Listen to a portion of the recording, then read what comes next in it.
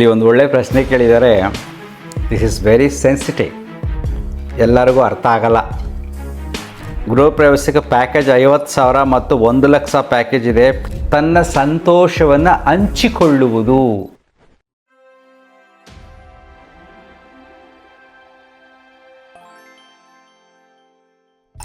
ನಮಸ್ಕಾರ ಸ್ನೇಹಿತರೆ,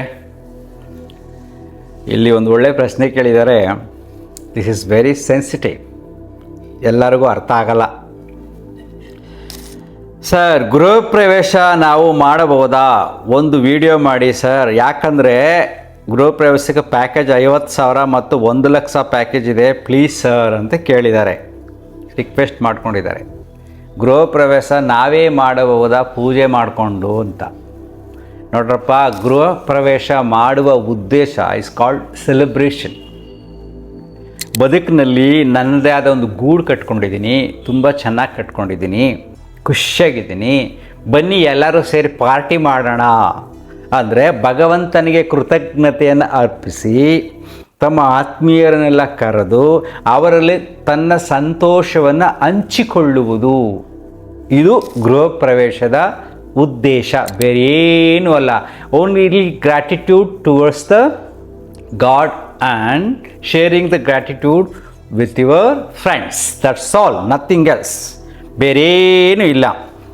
ಎಲ್ಲ ಶಾಸ್ತ್ರಗಳು ಬಂದಿರತಕ್ಕಂಥದ್ದು ಮಧ್ಯೆ ಸ್ವಲ್ಪ ಮನುಷ್ಯ ಬೆಳವಣಿಗೆ ಆಗ್ತಾ ಬುದ್ಧಿವಂತ ಆಗ್ತಾ ಏನೇನೋ ಶಾಸ್ತ್ರಗಳನ್ನು ಮಾಡ್ಕೊಂಡಿದ್ದಾರೆ.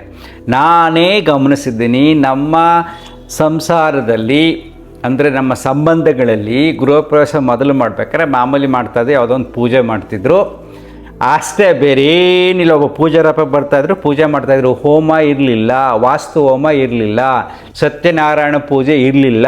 ಈಗ ಯಾರಾದರೂ ಗೃಹ ಪ್ರವೇಶ ಮಾಡಿದ್ರೆ ವಾಸ್ತು ಹೋಮ ಅಂತ ಸಂಜೆ ಜೋರಾಗಿ ಮಾಡಿ ದೊಡ್ಡದಾಗ ಒಂದು 3 ಫ್ಲೋರ್ ಮನೆ ಏನಾರು ಕಟ್ಬಿಟ್ಟಿದ್ದಿದ್ರೆ ಅವಾಗ ಏನು ಮಾಡ್ತಾರೆ ಗೊತ್ತಾ, ಒಂದು 10 ಜನ ಅರ್ಚಕರು ಬರ್ತಾರೆ, ಅವ್ರು ಹೋಮ ಮಾಡ್ತಾರೆ. ಮೊದಲು ಬರ್ತಿದ್ದು ಒಬ್ಬರು ಪೂಜಾರಿ ಮಾತ್ರ.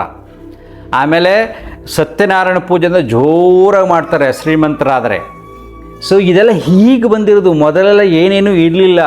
ಆ್ಯಕ್ಚುಲಿ ಹೇಳಬೇಕು ಅಂದರೆ ಕರೆಕ್ಟಾಗೆ ನೀನು ಮಾನವೀಯತೆಯಿಂದ ಗೃಹ ಪ್ರವೇಶ ಮಾಡ್ತೀನಿ ಅಂದರೆ ಸ್ವಲ್ಪ ನಿಮ್ಗೆ ಆಶ್ಚರ್ಯ ಆಗುತ್ತೆ. ತುಂಬ ಬಡವರೆಲ್ಲ ಬಂದು ಆ ಮನೆಗೆಲ್ಲ ಮಣ್ಣು ಒತ್ತು, ಆ ಕಲ್ಲನ್ನು ಒತ್ತು, ಜಲ್ಲಿನ ಒತ್ತು, ಮೇಲೋಗಿ ಮನೆಯೆಲ್ಲ ಕಟ್ಟಿ ಕಷ್ಟಪಟ್ಟಿರ್ತಾರಲ್ಲ, ಅವ್ರನ್ನೆಲ್ಲ ಮನೆಗೆ ಕರೆದು ಅವರಿಗೆ ಹೊಸ ಬಟ್ಟೆಯನ್ನು ಉಡಿಸಿ ಮನೆಗೆ ಕರೆದು ಸನ್ಮಾನ ಮಾಡಿ ಅವರಿಗೆ ಯಾವುದಾದರೂ ಕಾಣಿಕೆಯನ್ನು ಕೊಟ್ಟರೆ ಅದೇ ಅದ್ಭುತವಾದ ಪೂಜೆ. ಯಾಕೆಂದರೆ ಅದು ಕೃತಜ್ಞತೆ. ಎಷ್ಟೊಂದು ಕಷ್ಟಪಟ್ಟಿರ್ತಾರೆ, ಬಡತನದಿಂದ ನಾನು ಮನೆ ಕಟ್ಟಕ್ಕೆ ನಾನು ದುಡ್ಡು ಕೊಟ್ಟಿರ್ತೀವಿ ಅಫ್ಕೋರ್ಸ್, ಆದರೂ ಕೂಡ ಆ ರೀತಿಯಾದ ಮನೋಭಾವನೆ ಮನೋಚಿಂತನೆ ನಿನ್ನಲ್ಲಿ ಬಂದರೆ ನೀನೇ ರಿಯಲ್ ಸ್ಪಿರಿಚುವಲ್ ಮ್ಯಾನ್. ಅರ್ಥ ಆಗ್ತದೆ? ಯಾರು ಹೇಳಿ? ನಿಮ್ಮ ಮನೆಗೆ ಮಣ್ಣು ಒತ್ತದ್ರಲ್ಲ, ಜಲ್ದಿ ಒತ್ತರಲ್ಲ, ಅವರೇ ಕಷ್ಟಪಟ್ಟವರು, ಅವ್ರಿಗೆ ಆಧರಿಸಿ ಸಾಕು. ಮತ್ತು ಯಾವುದೇ ಪೂಜೆ ಪುನಸ್ಕಾರಗಳ ಅವಶ್ಯಕತೆ ಇಲ್ಲ. ಮನಸ್ಸು ಕೃತಜ್ಞತೆಯಿಂದ ತುಂಬಿದಾಗ ಆ ರೀತಿ ಸೇವೆ ಮಾಡಿದ್ರೆ ಸಾಕು. ಇದು point number 1 is very important. Point number 2, ಸಾಲ ಮಾಡಿಕೊಂಡು ನೀವು ಗೃಹ ಪ್ರವೇಶ ಮಾಡೋದು ವೇಸ್ಟು. ತುಂಬ ಜನ ಗೃಹ ಪ್ರವೇಶ ಮಾಡೋದು ತೋರಿಕೆಗೋಸ್ಕರ, ಕೃತಜ್ಞತೆಗೋಸ್ಕರ ಅಲ್ಲ, ಸಂತೋಷವನ್ನು ಶೇರ್ ಮಾಡ್ಕೊಳ್ಳೋದಕ್ಕೋಸ್ಕರ ಅಲ್ಲ, ತೋರಿಕೆಗೋಸ್ಕರ. ಏನಾದ್ರು ಮಾಡಿಬಿಟ್ಟಿದ್ರೆ ಕರ್ಕೊಂಡೋಗಿ ತೋರಿಸ್ತಾ ಇರ್ತಾರೆ ನೋಡಿ, ಬಾತ್ರೂಮಲ್ಲಿ ಗ್ರಾನೈಟ್ ಹಾಕಿದ್ದೀನಿ, ಅದು ಹಂಗಿದೆ, ಇದು ಹಿಂಗಿದೆ ಅಂತ, ಮತ್ತು ಬಣ್ಣ ಹಂಗಿದೆ ಹಿಂಗಿದೆ. ಎಲ್ಲರ ಬಂದವರು ಏನಾದರೂ ಅವ್ನ ಮೈಂಡು ಡಲ್ಲು ಡಿಮ್ಮು ಇದ್ದು ಈ ಬಣ್ಣ ಸರಿಯಿಲ್ಲ, ಅದು ಸರಿಯಿಲ್ಲ, ಇದು ಸರಿ ಅಂದ್ಬಿಟ್ರೆ ಅವ್ನಿಗೆ 20 ಲಕ್ಷ ಖರ್ಚು ಮಾಡಿ ಕಟ್ಟಿರ್ತಕ್ಕಂಥ ಮನೆಯ ಖುಷಿ ಹೋಗೇ ಬಿಡುತ್ತೆ. ತುಂಬ ಜನ ಮಾಡೋದು ಗೃಹ ಪ್ರವೇಶ ತೋರಿಕೆಗೆ, ಕೃತಜ್ಞತೆಗೆ ಅಲ್ಲ. ನೆಕ್ಸ್ಟು, ಇದು ತುಂಬ ಮುಖ್ಯ, ಬದುಕಿನಲ್ಲಿ ನೆನ್ಪಿಟ್ಕೊಳ್ಳಿ. ಬೇಕಾದ್ರೆ ಟೆಸ್ಟ್ ಮಾಡಿ ನೋಡಿ, ಪ್ರೀತಿಯಿಂದ ಮನೆಯೆಲ್ಲ ಕ್ಲೀನ್ ಮಾಡಿ. ನನ್ನ ಹತ್ರ ಸದ್ಯಕ್ಕಪ್ಪ ಸಾಲ ಮಾಡಿ ಮಾಡೋಂತಕ್ಕಂಥ ಶೈಚನ್ಯ ನನ್ನ ಹತ್ರ ಇಲ್ಲ, ಸೊ ನಾನು ಇಷ್ಟ ಬಂದಾಗೆ ಗೃಹ ಪ್ರವೇಶ ಮಾಡ್ತೀನಿ ಅಂತ ಮಾಡಿ ನೆಮ್ಮದಿಯಾಗಿರ್ತೀರ. ನಿಮ್ಮ ಗೃಹ ಪ್ರವೇಶ ಮಾಡಿದಾಗ ಯಾರಾದರೂ ಆತ್ಮೀಯರು ಬಂಧುಗಳು ಬಂದು ಎಷ್ಟು ಸಾಲ ಮಾಡಿದ್ಯಪ್ಪ, ನಾನು ಇಷ್ಟು ಕೊಡ್ತೀನಿ, ನೀನು ಸಾಲ ತೀರಿಸ್ಕೊಂಡು ನಿಧಾನ ಕೊಡು ಅಂತ ಯಾರಾದರೂ ಒಬ್ಬರು ಇದ್ದಾರಾ ನಿಮಗೆ? ಬಟ್ ನನ್ನ ಬದುಕಿನಲ್ಲಿ ನಡೆದಿದೆ. ನಾನು ಈ ಮನೆ ಕಟ್ಟಿದಾಗ ನಮ್ಮ ಸ್ನೇಹಿತರೊಬ್ಬರು ಬಂದ್ಬಿಟ್ಟು ಕೇಳೋರು, ಏನು ಗುರುಗಳೇ ಎಷ್ಟು ಸಾಲ ಮಾಡಿದ್ರಿ? 4 ಲಕ್ಷ ಮಾಡಿದ್ದೀನಿ ಅಂದೆ. ಅಯ್ಯೋ ಯೋಗ ಮಾಸ್ಟ್ರು 4 ಲಕ್ಷ ಹೆಂಗೆ ತೀರಿಸ್ತೀರಿ ಅಂದರು. ಏನೋ ಮಾಡ್ತೀನಿ, ಒಂದು 6 ತಿಂಗಳು ಕಷ್ಟಪಡ್ತೀನಿ, ತೀರ್ಸೋಕ್ಕಾಗಿಲ್ಲ ಅಂದರೆ ಮನೆ ಮಾರ್ಬಿಡ್ತೀನಿ ಅಂದೆ. ಗೃಹ ಪ್ರವೇಶದ ದಿನ ಅಂದರೆ ಇದೇ ಇರ್ತದೆ, ಸರಳವಾದ ಗೃಹ ಪ್ರವೇಶ. ನಮ್ಮದೇನು ಹೋಮ ಸತ್ಯನಾರಾಯಣ ಪೂಜೆ ಅವೆಲ್ಲ ಏನು ಇರಲಿಲ್ಲ. ಸೊ ನಮ್ಮ ಮನೆಯಿಂದ ಹಳ್ಳಿಯಿಂದೆಲ್ಲ ಜನ ಬಂದಿದ್ದರು, ಅಷ್ಟೇ ಮಾಡ್ತಾಯಿದ್ದೀವಿ. ಅವ್ರಿಗೆ ಆಶ್ಚರ್ಯ ಆಯಿತು. ಆಗ ಅವ್ರು ಏನು ಮಾಡಿದ್ರು ಗೊತ್ತಾ, 2 ಲಕ್ಷ ರೂಪಾಯಿ ಫ್ರೀಯಾಗಿ ಕೊಟ್ಟರು. 2 ಲ್ಯಾಕ್ಸ್. ನಿಮ್ಗೆ ಯಾರಾದ್ರು ರೀತಿ ಕೊಟ್ಟಿದ್ದಾರಾ? ನನ್ನ ಹತ್ರ ಇದೆ ಸದ್ಯಕ್ಕೆ ತೊಗೊಳ್ಳಿ, ನೀವು ಆ ಥರ ಎಲ್ಲ ಚಿಂತನೆ ಮಾಡೋಕ್ಕೆ ಹೋಗಬೇಡಿ, ಸಾಲ ತೀರಿಸ್ಬಿಡಿ, 2 ಲಕ್ಷ ರೂಪಾಯಿ ಲೋನ್ ಕಟ್ಕೊಂಡು ಆರಾಮಾಗಿ ಹೋಗ್ಬೋದು, ಟೆನ್ಷನ್ ಮಾಡ್ಕೋಬೇಡಿ ಅಂದರು. ಇದು ಸ್ನೇಹ. ನಮ್ಮ ಸ್ನೇಹಿತರು ಮಾಡಿದ್ದದ್ದು ನನಗೆ. ಅರ್ಥ ಆಗ್ತಿದೆಯಾ? ಹೀಗೆ ನಿಮ್ಮ ಸಂಬಂಧಗಳಲ್ಲಿ ಯಾರಾದರೂ ಈ ರೀತಿ ಮಾಡ್ತಾರಾ?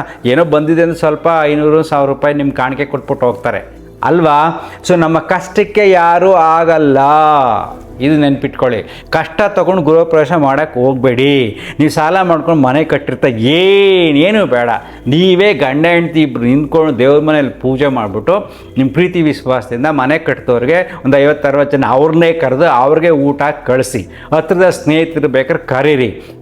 ಜಾಸ್ತಿ ಹಣ ಇದು ಬೇಕಾಷ್ಟಿದೆ ಅಂದರೆ ಬೇಕಾದ್ರೆ ಹೆಂಗಾರು ಮಾಡ್ಕೊಳ್ಳಿ.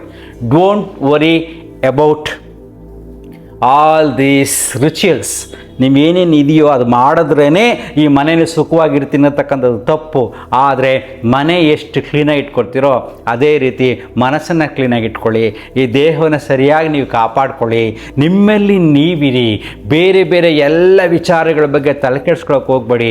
ಆಗ ಬದುಕು ಸುಂದರವಾಗಿರುತ್ತೆ. ಎಷ್ಟು ಈ ಮನೆಗೆ ಅಲಂಕಾರ ಮಾಡ್ತೀವೋ ಅಷ್ಟೇ ಈ ದೇಹಕ್ಕೆ ಅಲಂಕಾರ ಮಾಡಿ.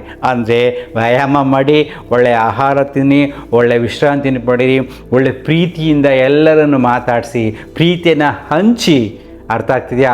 ಸಾಧ್ಯ ಆದರೆ ಬೇರೆಯವ್ರಿಗೆ ಸೇವೆ ಮಾಡಿ. ಸೊ ಕೇಳೋಂಗಿರಬೇಡಿ, ಕೊಡುವಂಗಿರಿ. Giving is the divine quality. ಅರ್ಥ ಆಗ್ತಿದೆಯಾ? ಈವನ್ ದೇವ್ರ ಹತ್ರನೂ ಕೂಡ ಬೇಡಕ್ಕೆ ಹೋಗಬೇಡಿ. ಭಗವಂತ ಈ ದೇಹ ಕೊಟ್ಟಿದ್ದಾನೆ, ಈ ಬುದ್ಧಿ ಕೊಟ್ಟಿದ್ದಾನೆ, ಇರೋಕ್ಕೆ ಮನೆ ಕೊಟ್ಟಿದ್ದಾನೆ, ದುಡಿಯೋಕ್ಕೆ ಕೆಲಸ ಕೊಟ್ಟಿದ್ದಾನೆ. That is great. ಇದನ್ನೆಲ್ಲ ಮೀರಿ ನೀವು ಬೇಡಿದ್ರೆ ನೀವು ದುರಾಸೆಯ ಭಿಕ್ಷುಕರು. ಭಗವಂತನ ಮುಂದೆ ಸಣ್ಣವರಾಗ್ಬಿಡ್ತೀರ. ಭಗವಂತನ ಕೇಳದೇ ಇರೋರೇ great people. Got it? Thank you.